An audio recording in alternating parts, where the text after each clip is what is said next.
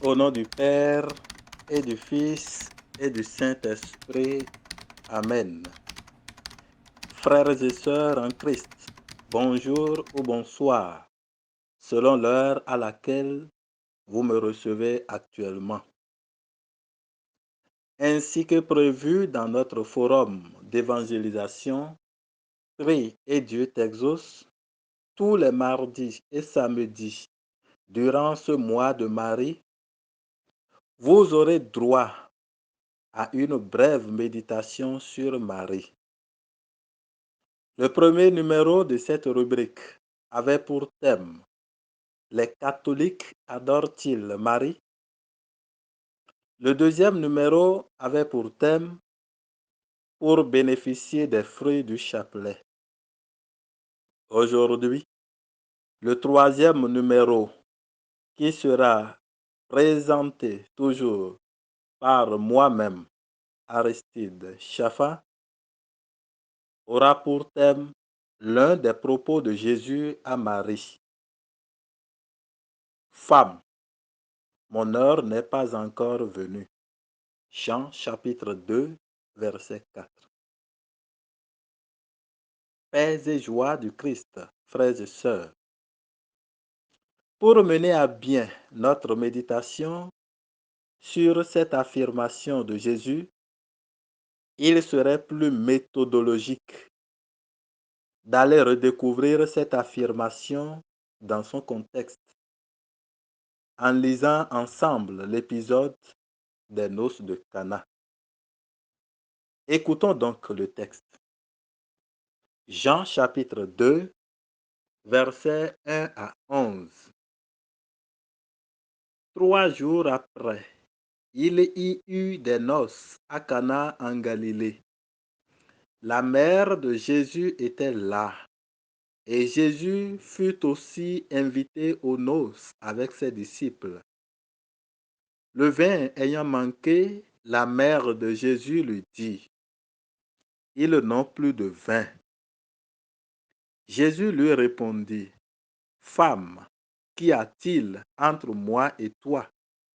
Mon heure n'est pas encore venue. » Sa mère dit au serviteur, « Faites ce qu'il vous dira. » Or, il y avait là 6 vases de pierre destinés aux purifications des Juifs et contenant chacun 2 ou 3 mesures. Jésus leur dit, « Remplissez d'eau ces vases. » Et ils les remplirent jusqu'au bord. « Puisez maintenant, leur dit-il, et portez-en à l'ordonnateur du repas. » Et ils emportèrent. Quand l'ordonnateur du repas eut goûté l'eau changée en vin, ne sachant d'où venait ce vin, tandis que les serviteurs qui avaient puisé l'eau le savaient bien, il appela l'époux et lui dit, « Tout homme sert d'abord le bon vin, puis le moins bon après qu'on s'est enivré. Toi, tu as gardé le bon vin jusqu'à présent. » Tel fut à Cana en Galilée le premier des miracles que fit Jésus. Il manifesta sa gloire et ses disciples crurent en lui. Parole du Seigneur. Nous rendons grâce à Dieu. Voilà, frères et sœurs, le texte duquel nous avons tiré ce propos de Jésus. Mon heure n'est pas encore venue. D'abord, certains pourraient être choqués par ce propos de Jésus encore qui dit, « Femme, qu'y a-t-il entre toi et moi? » Certains pourraient dire, « Mais comment se fait-il que Jésus parle de cette manière-là? » Oui, c'est normal.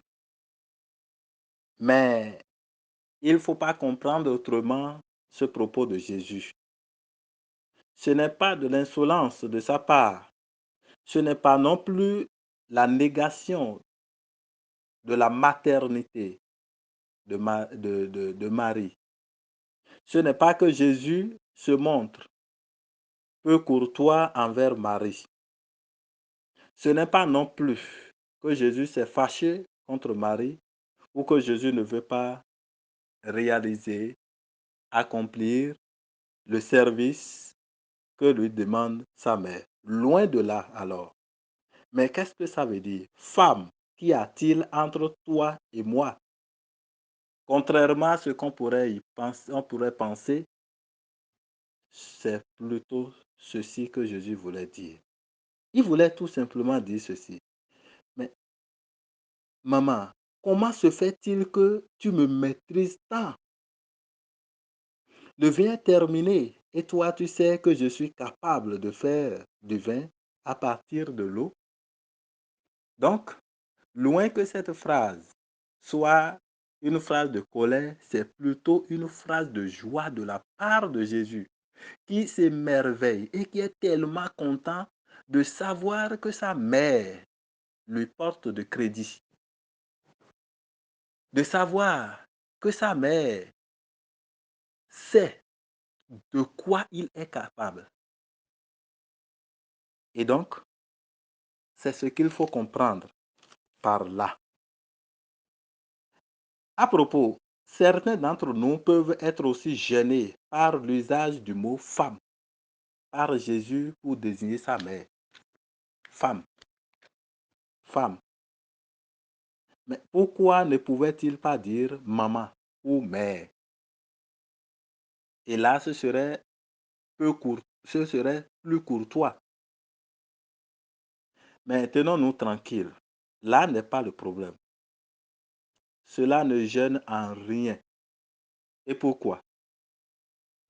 Tout simplement parce que chez les Juifs, en ce moment-là, donc dans la culture de Jésus, sa propre maman pouvait être apostrophée de cette manière-là.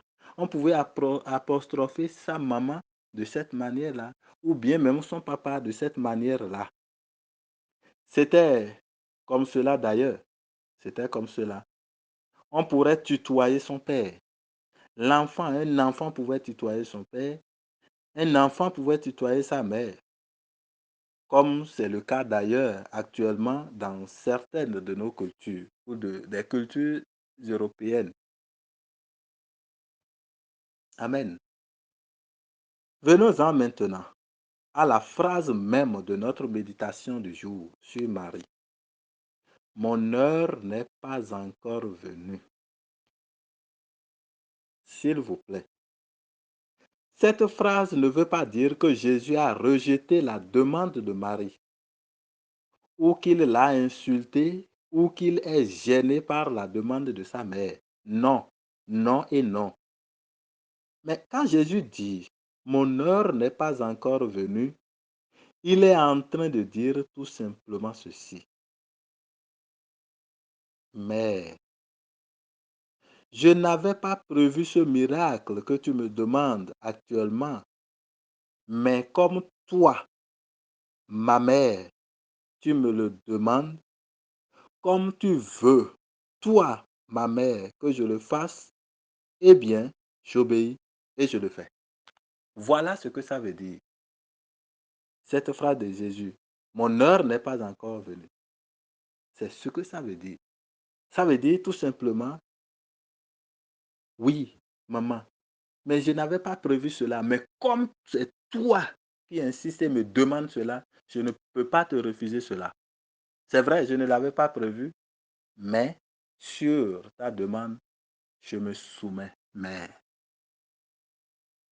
c'est comme cela qu'il faut comprendre cette phrase. Et c'est dans ce contexte que Jésus a eu à prononcer cette phrase. La preuve, ce n'est pas qu'on force les choses. La preuve est que tout de suite, Jésus va appeler, nous l'avons écouté tout à l'heure, Jésus va appeler ses disciples et va dire, remplissez d'eau ces vases, ce qui a été fait. Et bien avant cela, Marie avait déjà prévenu ces gens-là, ses disciples, et dit, faites tout ce qu'il vous dira, parce que Marie sait, connaît Jésus. Qui mieux que Marie connaît Jésus?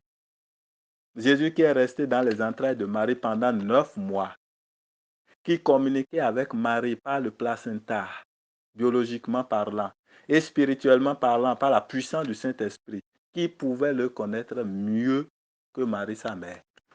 Marie le connaissait. Elle savait bien que Jésus le ferait. D'abord que Jésus en est bien capable et qu'il ne lui refuserait rien. Et ce fut le cas. Et alors Jésus obtempère, après avoir prononcé cette phrase, appelle les disciples et dit, remplissez d'eau ces vases, ce qui a été fait. Et l'eau est transformée en vin sur la demande de Marie. Et c'est ce que Marie fait encore aujourd'hui pour nous. Marie est la mère de l'impossible. Écoutez ce que Jésus a dit. Ce n'était pas prévu. Je n'étais pas prêt pour le faire. Mais puisque toi, tu me le demandes, mais je me soumets. Je le fais. Et il a fait. C'est pourquoi on dit Marie est capable. Marie en est capable. J'admire ces groupes de prière où le slogan fraternel est souvent Marie en est capable. Je les encourage et que vous soyez bénis, chers frères et sœurs, dans ces groupes-là. Marie en est capable. C'est parce que elle est capable que par son intercession, sa supplication, sa demande, Jésus a fait l'impossible. Par Marie, l'impossible est devenu possible. L'impossible est rendu possible. Et c'est ça qu'elle fait encore aujourd'hui. Justement. Je voudrais aussi nous inviter à éviter le fondamentalisme ou l'extrémisme biblique. Cette phrase est sujette à beaucoup de trahisons ou de travestissements, de traductions dévergondées, dénaturées, défigurées, qui sortent cette belle affirmation de Jésus, cette affirmation d'obéissance envers Marie de son contexte, de son vrai contexte. Certains disent que Jésus s'est fâché contre Marie, Jésus a refusé. Non, pas du tout. Si Jésus avait refusé, pourquoi alors il dirait à ses disciples de remplir les vases d'eau? Donc, attention. Et n'oublions pas que la Bible, la version française que nous avons, est une version encore diluée en réalité. Parce que la vraie version du Nouveau Testament est grecque. L'original même, c'est grec. Maintenant, en voulant traduire, vous voyez, ça dilue un peu.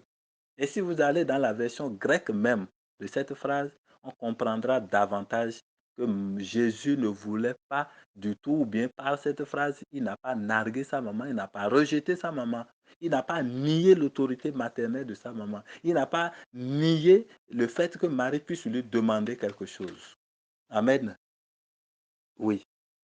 Donc, par ce propos de Jésus à Marie, ne pensons pas que Jésus se montre insolent ou insoumis envers sa mère. Ne pensons pas non plus qu'il nie l'autorité de sa mère, comme je l'ai dit, ou qu'il lui a refusé service. Si tel était le cas d'ailleurs, pourquoi à la croix, Jésus va faire cette démarche-là? Si Jésus avait rejeté, si c'était par cette phrase, il avait rejeté sa mère, il avait nié l'autorité de sa mère, si c'était le cas, n'oublions pas que nous sommes au début du ministère de Jésus. Donc, il n'était pas encore mort. C'est d'ailleurs le tout début du ministère. Et plus tard, si c'était le cas, pourquoi Jésus va confier Marie à l'humanité? Pourquoi Jésus va confier l'humanité plutôt à Marie? Et va demander à l'humanité maintenant de se soumettre à Marie. Va demander à l'humanité, à toi, à chacun de nous, de prendre en considération cette femme. Voilà, c'est ça la chose. Alors gardons-nous des commentaires inutiles et qui ne veulent rien dire, des commentaires creux, des commentaires qui n'ont pas de sens.